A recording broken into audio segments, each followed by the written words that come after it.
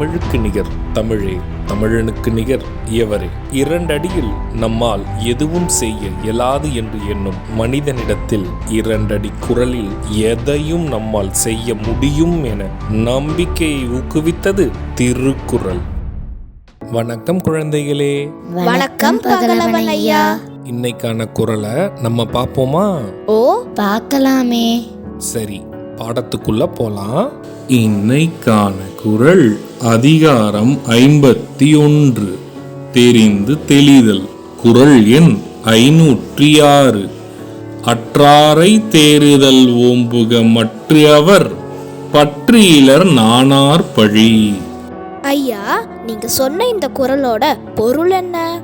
இதுக்கான பொருள், சுற்றத்தாரையும் சொந்தத்தையும் விட்டொழித்தவர்களை பார்த்து நன்மை தீமைகளை தெளிந்து நம்ப வேண்டாம்.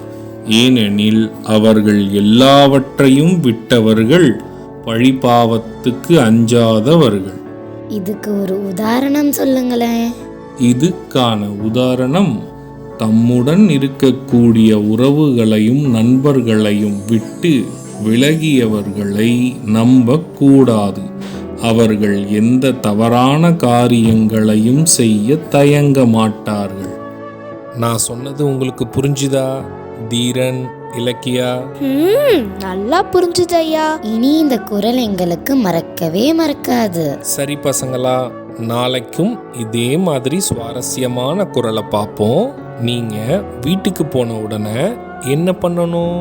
இன்னைக்கு நாங்க படிச்ச குறளை அப்பா அம்மா கிட்ட சொல்லி காட்டுவோம்.